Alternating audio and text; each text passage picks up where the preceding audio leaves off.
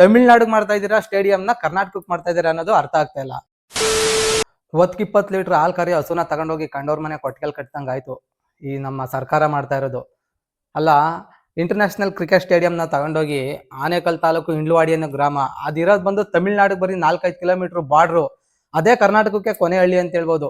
ಅಲ್ಲಿ ಹೋಗಿ ಇವರು ಸ್ಟೇಡಿಯಂ ಮಾಡ್ತಾವ್ರಲ್ಲ, 2,000 ಕೋಟಿ ಖರ್ಚು ಮಾಡಿ 75 ಎಕರೆ ಜಮೀನು ವಶಪಡಿಸ್ಕೊಂಡು ಅದನ್ನ ರಾಜ್ಯದೊಳಗಡೆ ಮಾಡ್ಬೋದಲ್ಲ.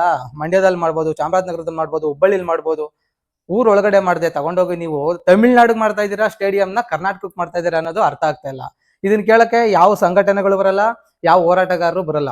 ಅದೇ ಒಂದು 75 ಎಕರೆ 100 ಎಕರೆಯಲ್ಲಿ ಅಭಿವೃದ್ಧಿ ಪಡಿಸಿ ಒಂದು ಸ್ಟೇಡಿಯಂನ ನೀವು ರಾಜ್ಯದ ಒಳಗಡೆಗಾದಂಗೆ ಮಾಡಿದ್ರೆ ಅಕ್ಕಪಕ್ಕ ಹಳ್ಳಿಗಳಲ್ಲಿ ಜಮೀನಿಗೆ ವ್ಯಾಲ್ಯೂ ಜಾಸ್ತಿ ಆಗ್ತಿತ್ತು.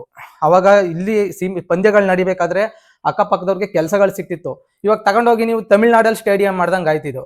ಇದನ್ನ ಯಾರು ಪ್ರಶ್ನೆ ಮಾಡಲ್ಲ. ಈ ಪ್ರಶ್ನೆ ಮಾಡಿದ್ರೆ ಸರ್ಕಾರದವರು ಕೂಡ ಯಾರು ತಲೆ ಕೆಡ್ಸ್ಕೊಳ್ಳಲ್ಲ. ಯಾಕೆ ಹೇಳಿ, ಡಿ.ಕೆ. ಶಿವಕುಮಾರ್ ಅವ್ರು ಹೇಳ್ತಾರೆ, ಯಾರು ಜಮೀನ್ ಮಾರ್ಬೇಡಿ, ಏರ್ಪೋರ್ಟ್ ಬರುತ್ತೆ ಅಂದ್ರೆ ಅಭಿವೃದ್ಧಿ ಆಗ್ತಿದಂಗೆ ಭೂಮಿ ಬೆಲೆ ಜಾಸ್ತಿ ಆಯ್ತದೆ ಅಂದ್ಮೇಲೆ ಸ್ಟೇಡಿಯಂ ತಗೊಂಡೋಗಿ ಇವ್ರೇನಕ್ಕೆ ತಮಿಳ್ನಾಡಿಗೆ ಉಪಯೋಗ ಆಗಕ್ ಮಾಡ್ತಾವ್ರಾ?